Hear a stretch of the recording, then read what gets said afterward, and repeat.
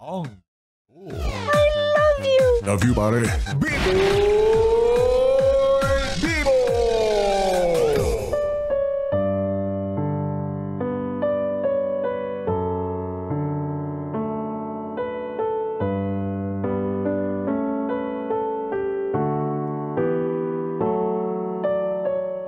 Bibi, may jowa ka bang lagi na lang galit?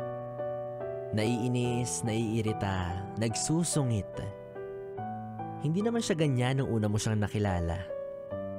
Mahinahon, kalmado, mahaba ang pasensya.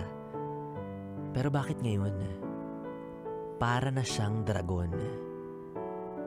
Minsan, hindi mo na siya naiintindihan kaya maski ikaw, nalilito na sa iyong nararamdaman.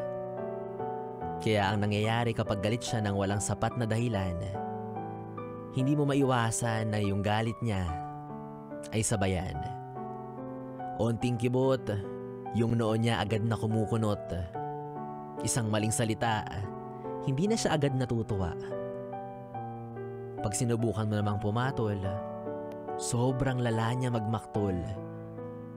Kung susuyuin mo, di ka naman papansinin.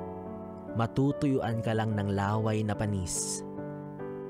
At kapag pinabayaan mo naman, mas lalo siyang maiinis. Bibi, buti na lang maunawain ka. Buti na lang, meron kang mas mahabang pasensya. Siguro, hindi niya rin naman ginugusto na maging ganyan siya. Baka pagod lang o hindi naman kaya may regla. Basta, magtiwala ka. Makukuha mo rin yung tamang timpla niya.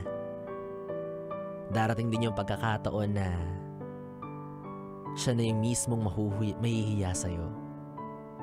Na imbis laging mainit na apoy yung lumalabas sa kanyang bunganga, matatauhan siya na mas deserve mo ang magagandang salita.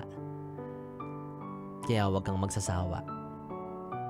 Tandaan mo lang na hindi siya makukumpleto kapag wala ang balls mo. Dragon balls kasi ikaw naman. Anyways, Bibi, kapiling mo pa rin ako, DJ B-Boy Bibo, para sa ating BB Time. Muli ako ang Bibi mo sa radyo na makakasama mo hanggang mamayang alas 12 para sa ating BB Time.